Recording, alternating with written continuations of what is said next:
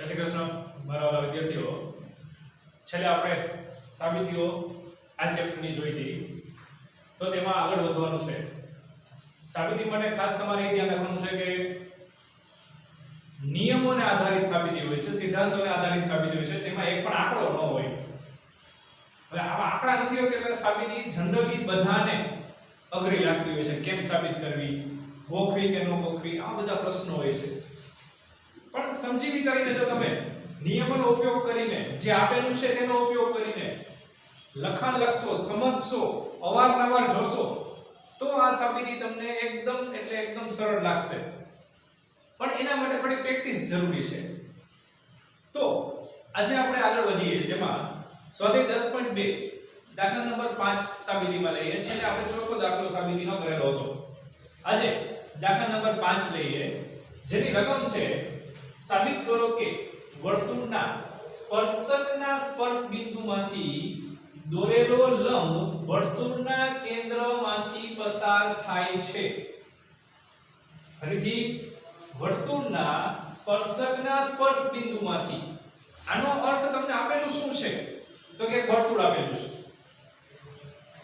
આ વર્તુળ આપેલું છે, એનો એક સ્પર્શક આપેલો છે વર્તુળના બિંદુમાંથી, સ્પર્શકના સ્પર્શ બિંદુમાંથી. તો આ એનું સ્પર્શ બિંદુ છે. સ્પર્શ બિંદુમાંથી પસાર થતો લંબ ઈ ક્યાંથી પસાર થાય છે? તો કે કેન્દ્રમાંથી પસાર થાય છે. આપણે સાબિત કરવાનું છે. હોય જ આપણને ખબર છે કે સ્વાધ્યાય પ્રમેય નંબર 10.1 આપણે શીખી ગયા છીએ. પણ આ જે સાબિતીનો દાખલો છે તે આમ જોવા જાવ તો 10.1 નો પ્રતિપ્રમેય છે કે સ્પર્શ બિંદુ દરેલી ત્રિજ્યા સ્પર્શકને લંબ હોય છે, તો ત્રિજ્યા હંમેશા પસાર ક્યાં થવાની છે? કેન્દ્રમાંથી. એટલે આપણે એનો ઉપયોગ કરવાનો છે 10.1 નો. પ્રમેય નંબર 10.1 છે, જેનો ઉપયોગ કરીને આપણે આ પ્રમેયને સાબિત કરવાનો છે, અથવા તો આ સાબિતીને આપણે સાબિત કરવાની છે. સ્પર્શકના સ્પર્શ બિંદુમાંથી દોરેલ લંબ વર્તુળના કેન્દ્રમાંથી પસાર થાય છે, તે સાબિત કરવાનું છે. તો એના માટે આકૃતિ આ પ્રકારની છે.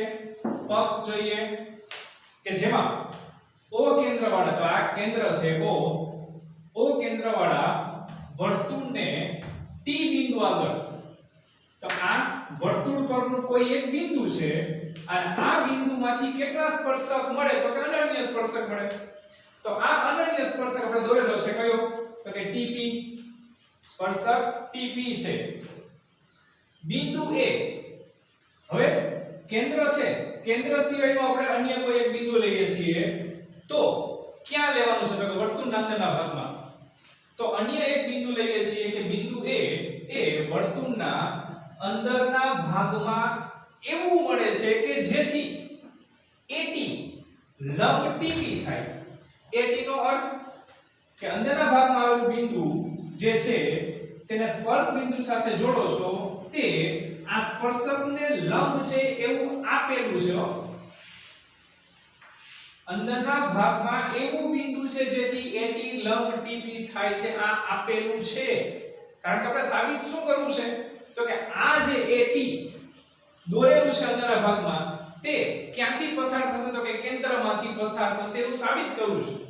તો હવે પ્રશ્ન થાય કે છે ભાઈ આકૃતિમાં તમે અલગ દોરેલું છે, જો હું આકૃતિ O બિંદુમાંથી પસાર કરું તો સાબિત થઈ ગયું. આકૃતિને આપણે O બિંદુમાંથી, એટલે કે આ AT રેખાખંડ જો O માંથી પસાર કરું તો સાબિત થઈ ગયું.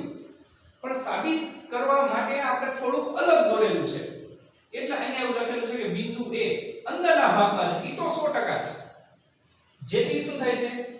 AT લંબ TP. TP શું છે? તો કે સ્પર્શક છે. અને T બિંદુમાં દોરેલ સ્પર્શક લંબ છે. આ AT શું થશે? T બિંદુએ દોરેલો સ્પર્શક છે, લંબ છે. સ્પર્શકને દોરેલો લંબ છે. આ લંબ ઈ કેન્દ્રમાંથી પસાર થાય છે, સાબિત કરવાનું છે. તો જો આ સાધ્ય થઈ ગયું કે AT આ એ કેન્દ્ર O માંથી પસાર થાય છે. તો આ પક્ષ થયું અને આ સાધ્ય થશે. આમાં તમે નામકરણ તમારી મેળે કરી શકો છો કોઈ પણ આકૃતિ આ પ્રમાણે દોરવી. તો હવે આપણે એની સાબિતી લઈએ કે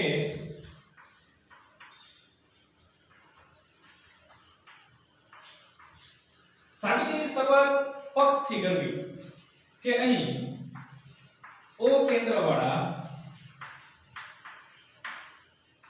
વર્તુળને P બિંદુએ સ્પર્શક TP છે. O કેન્દ્રવાળા વર્તુળને T બિંદુએ સ્પર્શક શું આપ્યું છે તો કે TP બિંદુ A એ વર્તુળના અંદરના ભાગમાં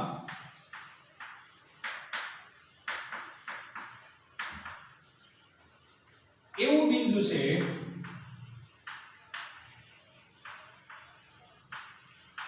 જેથી AT લંબ TP થાય. આ આપેલું છે આપણને. હવે ધારો કે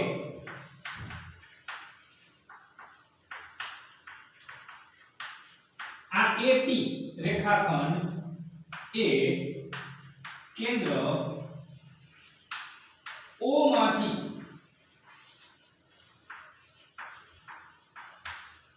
પસાર ન થાય એવું માની લઈએ કે ધારીએ આપણે કે આ AT રેખાખંડ કેન્દ્ર O માંથી પસાર થતો નથી તો શું છે? હવે પસાર નથી થતો આપણે એવું ધારી લીધું છે તો હવે આ O કેન્દ્ર છે અને T એનું સ્પર્શ બિંદુ છે તો આ OT શું થાય તો કે ત્રિજ્યા અને ત્રિજ્યા હંમેશા સ્પર્શકને લંબ હોય છે તો હવે પ્રમેય 10.1 મુજબ OT લંબ શું થાય તો કે TP થાય. OT લંબ શું થશે TP. હવે T બિંદુ આગળ આ પણ લંબ છે અને આ પણ લંબ છે. આ બે સાચું છે. OT લંબ TP છે અને AT લંબ TP છે તો તેથી એમ કહી શકાય કે ખૂણો ATP બરાબર તો કે 90 તથા ખૂણો OTP બરાબર 90 થાય. આના મુજબ AT લંબ TP છે એટલે કે ATP ખૂણો કેટલા અંશનો થાય તો કે 90 અંશનો થાય. કેમ તો કે અહીં લીધું છે જો AT લંબ પક્ષમાં છે આ AT લંબ TP છે અને આ પ્રમેય નંબર 10.1 મુજબ લીધું છે કે OTP આ ત્રિજ્યા સ્પર્શક સાથે લંબ હોય તો 90 અંશનો ખૂણો બનાવે. હવે આ બેના માપ સરખા છે તો આ બંને ખૂણા કેવા થશે તો કે સરખા એટલે કે ATP બરાબર ખૂણો OTP થાય. બંને ખૂણા સરખા છે એવું અર્થ થયો.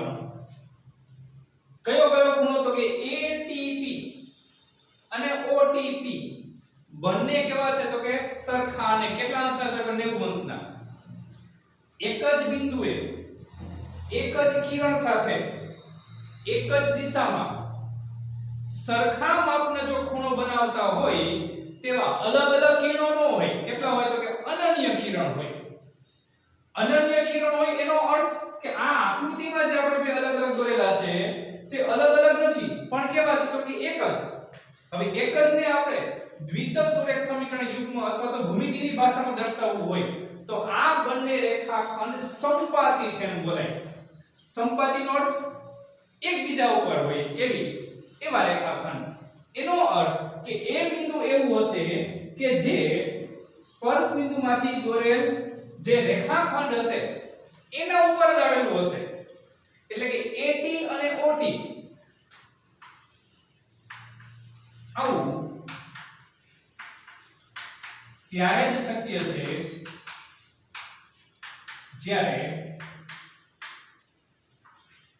AT અને OT શું હોય તો કે સંપાતી હોય. બસ આ બે ખૂણા સરખા જ છે અને એમ કહી દીધું કે આ બંને શું છે તો કે સંપાતી છે. સંપાતી છે એનો અર્થ શું થાય તો કે AT છે ઈ ક્યાંથી પસાર થાય છે તો કે આમ AT એ કેન્દ્ર O માંથી પસાર થાય છે તો આપણે આ જે સાબિત કરવું છે એ સાબિત થઈ જશે અહીંયા આ રીતે કે AT રેખાખંડ જે દોરેલો છે તે ક્યાંથી પસાર થશે તો કે O માંથી જ કેન્દ્રમાંથી પસાર થાય છે એટલે કે સ્પર્શકના સ્પર્શ બિંદુમાંથી દોરેલ લંબ વર્તુળના કેન્દ્રમાંથી જ હંમેશા પસાર થશે હવે એ બિંદુ તમે ગમે આ લઈને આ સાબિત કરી શકો પણ જરૂરી વસ્તુ આ બે છે આ આપેલું છે અને આ 10.1 મુજબ ખબર છે આ તો ખોટું નથી કે કેન્દ્રમાંથી સ્પર્શ બિંદુ દોરેલ ત્રિજ્યા ઈ સ્પર્શકને હંમેશા કેવી હોય છે લંબ હોય છે આપણે આ રેખાખંડ અલગ લીધેલો છે AT તો એને દર્શાવેલું છે કે આ બે ખૂણા 90 અંશના થશે બે ખૂણા સરખા આવું ક્યારે બને છે જ્યારે બંને રેખાખંડ કેવા હોય તો કે સંપાતી એટલે એકબીજા ઉપર સમજવાનું છે આને અવલંબી શબ્દ પણ અહીંયા લખી શકો છો તમે પણ આ લખવું જરૂરી છે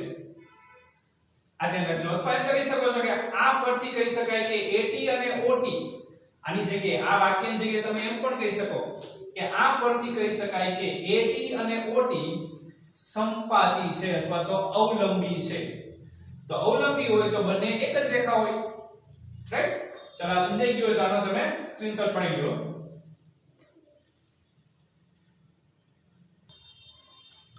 ચાલો તો આગળ આપણે દાખલા નંબર 9 લઈએ દાખલા નંબર 8 પણ સાબિતીનો દાખલો જ છે જે આપણે અગાઉના વિડિયોમાં થઈ ગયેલો છે જેની રકમ તમને કહી દઉં છું કે સાબિત કરો કે કોઈ ચતુષ્કોણ ABCD વર્તુળને પરિગત છે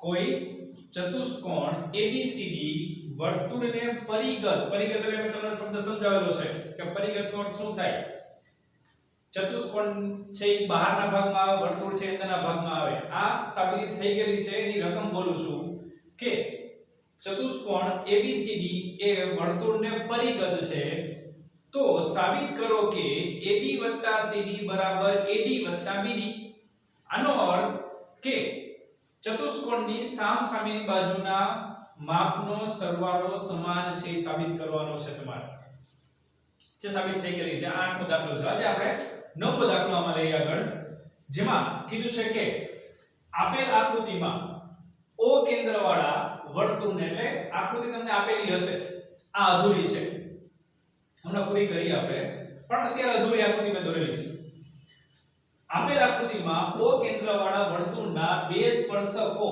xy અને x'y' સમાંતર છે સ્પર્શક કેટલા આપેલા છે તો કે બે કયા એક xy અને એક છે x'y' પણ શરત શું પરસ્પર કેવા છે તો કે સમાંતર છે તો આ xy એક સ્પર્શક જે P બિંદુએ સ્પર્શે છે આ બીજો સ્પર્શક જે Q બિંદુએ સ્પર્શે છે આ બંને સ્પર્શક પરસ્પર સમાંતર છે એમ તમારી આકૃતિ આપેલી છે હવે આગળ કીધું છે વર્તુળ પરના સ્પર્શ બિંદુ C આગળ તો અહીંયા એક બિંદુ વધારે લેવાનું છે C બિંદુ આ C બિંદુમાંથી પણ એક ત્રીજો સ્પર્શક દોર્યો છે C આગળ દોરેલો ત્રીજો સ્પર્શક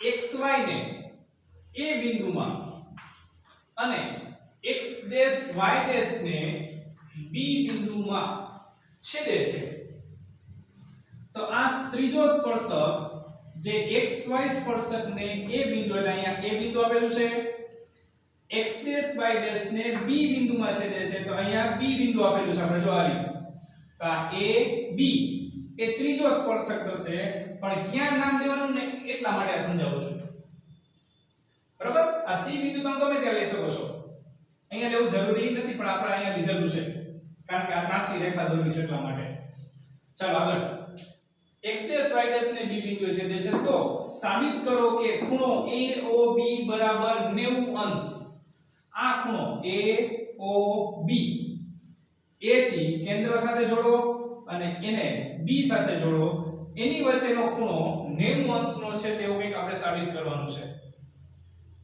આ સાબિતી જોઈ છે આપણે. આ 90 અંશનો ખૂણો કેમ સાબિત કરો એના માટેની આકૃતિ આપણે હવે પૂરી કરીએ. તો અહીંયા તમને આ રીતે આપેલું છે કે આ P અને Q વ્યાસ થશે જોડો તો, અને અહીંયાથી એક C બિંદુ આગળ પણ ત્રિજ્યા દોરવાની છે. જે ત્રિજ્યા શું હોય તો કે સ્પર્શકને લંબ હોય છે. તો આ રીતે એને આકૃતિ પૂરી થશે. આવી કંઈક આકૃતિ તમને ટેક્સ્ટ બુકમાં આપેલી હશે. આપણે સાબિત આ કરવાનું છે AOB ખૂણો. એટલે પહેલા મેં અધૂરી આકૃતિ રાખી હતી ને હવે પૂરી દોરેલી છે. આ 90 અંશનો ખૂણો બનાવે, આ 90 અંશનો ખૂણો બનાવે, આ પણ લંબ હોય. શું કામ એ આપણને ખ્યાલ આવવો જોઈએ. શું કામ લંબ હોય છે તો કે સ્પર્શ બિંદુ આગળ દોરેલી ત્રિજ્યા સ્પર્શકને લંબ હોય છે. એ નિયમનું અહીંયા પાલન થાય છે. ચલો પક્ષ અને સાધ્ય તમારી મેળે લખવાના છે. પક્ષ અહીંયા સુધી તો સુધી બધું પક્ષમાં આવી જશે અને સાધ્ય ખાલી આ આવશે જે અહીંયા છે. આ ખૂણો AOB બરાબર 90 અંશ જે આપણે સાબિત કરવું છે એ ક્યાં આવશે તો કે સાધ્યમાં. આપણે અહીંયા સાબિતીથી શરૂઆત કરીએ તો આ દાખલાની સાબિતીમાં જોઈએ. સાબિતીની શરૂઆત પક્ષથી જ કરવી કે આકૃતિમાં O કેન્દ્રવાળા વર્તુળના બે સમાંતર સ્પર્શકો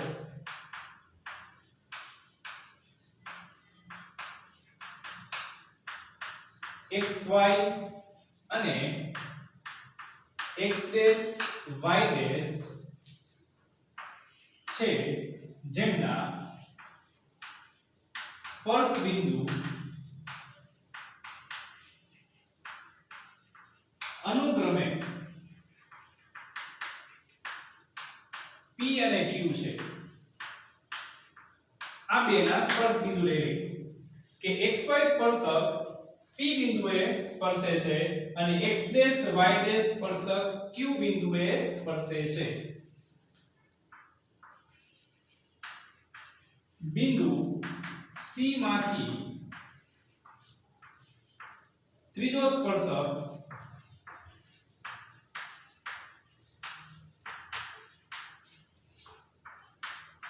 XY ને A માં અને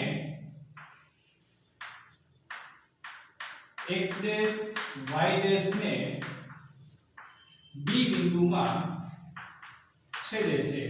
જેનું સ્પર્શ બિંદુ કયું થાય તો કે C બિંદુ છે એનું સ્પર્શ બિંદુ થશે.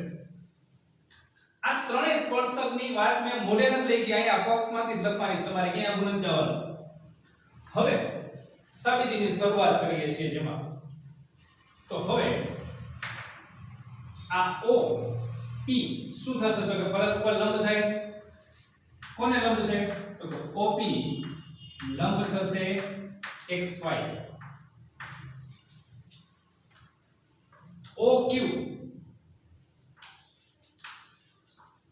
લંબ થશે X ડેશ Y ડેશ તથા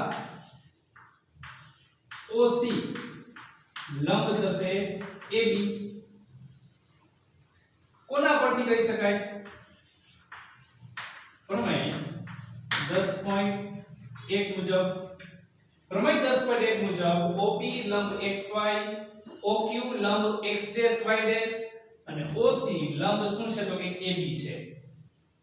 હવે શું થશે તો કે આગળ તમે સાબિતીમાં જોઈ ગયા છો કે આ રેખાખંડ, હવે શેની રીતે તમને કરાવું છું કે આ OA રેખાખંડ ઈ શું કરે છે તો કે કેન્દ્ર આગળ બનતો ખૂણો POC છે એનો શું કરે છે તો કે દ્વિભાજક છે. એટલે કે આ બે ખૂણાના સરખા ભાગ કરે છે. કયા કયા બે ખૂણા તો કે આ બે ખૂણાના સરખા ભાગ કરશે. કયો રેખાખંડ તો કે OA એવી રીતના આ OB રેખાખંડ જે છે તે પણ કેન્દ્ર આગળ બનતા ખૂણાના બે સરખા ભાગ કરશે કેવી રીતના તો કે માની લો કે આટલો ભાગ નથી અહીંયા સુધી છે ઉપરનો ભાગ છે તો આ A બિંદુ વર્તુળની બહારનું બિંદુ થયું અને વર્તુળની બહારના બિંદુમાંથી દોરેલા સ્પર્શકની લંબાઈ સમાન હોય તો કાકબા મુજબ આ બંને ત્રિકોણ જે મેં આકૃતિ રાખેલું છે તે બંને ત્રિકોણ કેવા થાય તો કે એકરૂપ થાય અને એકરૂપ થાય તો આ બે ખૂણા પણ કેવા થાય એકરૂપ તો એનો અર્થ તમને સાબિતીમાં કરાવેલો છે કે OA રેખાખંડ E POC નો શું છે તો કે દ્વિભાજક થશે તો તે લખીએ અહીંયા હવે OA એ ખૂણા POC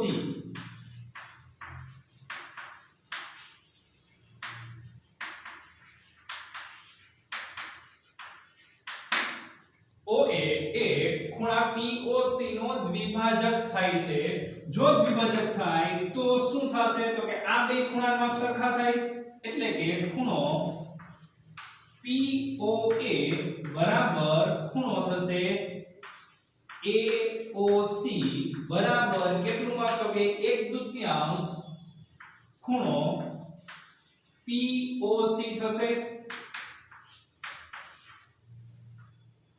POA આ ખૂણો અને આ ખૂણો બે ખૂણાનું માપ કેવાય તો કે સરખા અને કેટલું માપ તો કે આખા ખૂણા કરતા અડધું તે મુજબ તે જ પ્રમાણે આ OB એ રેખાખંડ પણ શું થશે તો કે ખૂણા QOC અથવા COQ નો દ્વિભાજક છે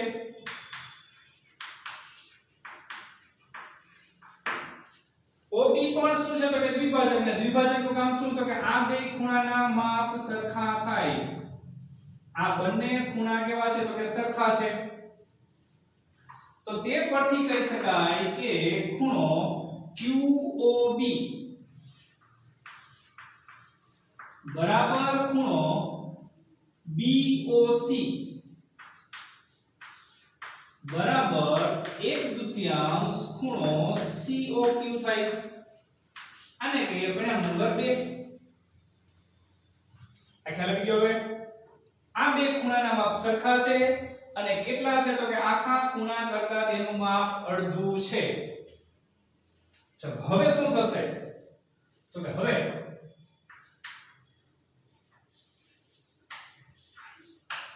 ખૂણો POC તથા ખૂણો COQ એ રેખિક જોડના ખૂણા છે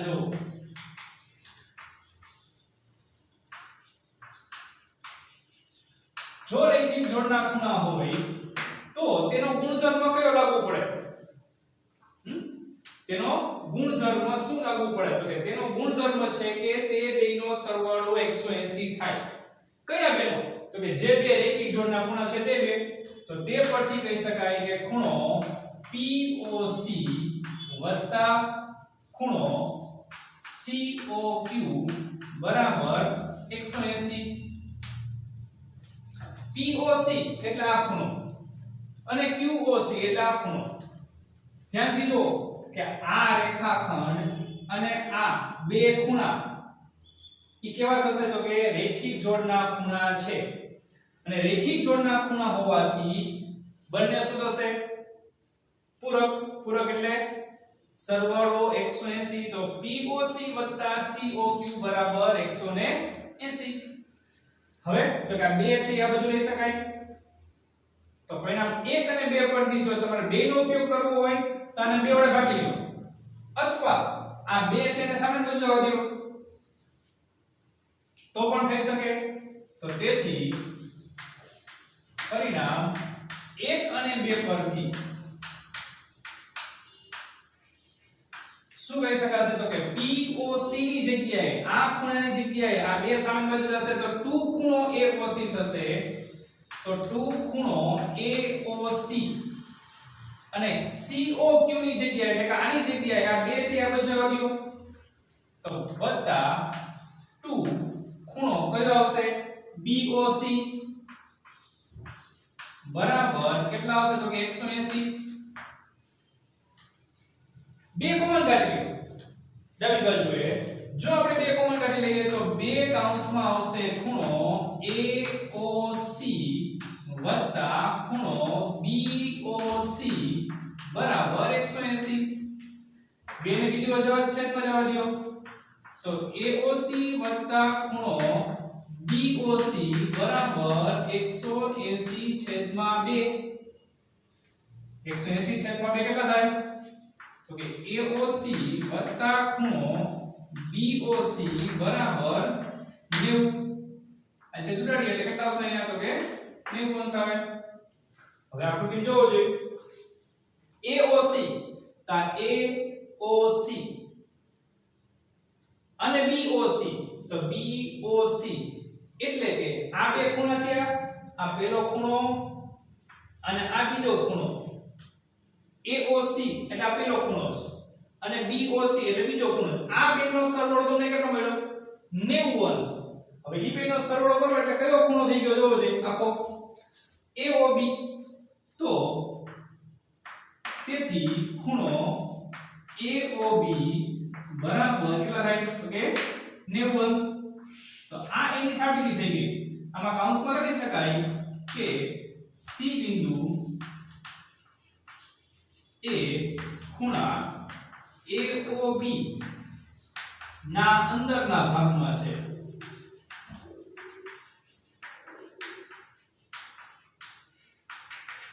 તો આ એનું કારણ લખી શકો તમે તો આ પ્રમાણે એની આખી સાબિતી થશે તો સેલી છે અહીંયા સુધીનું જે છે એ તો બધું શું છે આપણે લખાણ પક્ષમાં આકૃતિમાં આપેલું છે એમ કરીને આખું લખવાનું છે પછી નિયમોનો ઉપયોગ કર્યો છે અહીંયાથી એટલે સ્ટેપ પાડતો ગયો છું અહીંયા સ્ટેપ વાઇઝ તમે લખશો તો લખાણમાં કઈ નથી પછી નવમા ધોરણમાં જેવું એક લખાણ લખતા એવું જ કંઈક આવે છે એટલે આ એની સાબિતી છે જે સાબિતી ખૂબ સરળ છે અને સરળ ભાષામાં તમને આ સમજાવેલી છે એટલે આ ધ્યાન રાખજો ખાસ બધા બરોબર કઈ રીતના સાબિતી છે સાબિતી અઘરી નથી હોતી તમને આ લખાણ વધારે લાગશે અઘરું નથી સમજણ સાથે લખશો એટલે ટોટલી સહેલું છે ખાલી નિયમનો ઉપયોગ કર્યો છે અહીંયા રેખિક જોડના ખૂણાનો ઉપયોગ કર્યો છે અહીંયા દ્વિભાજકનો ઉપયોગ કર્યો છે તો એટલે આ આખી સાબિતી સાબિત થઈ જાય ચલો પડી લેવાનો સ્ક્રીનશોટ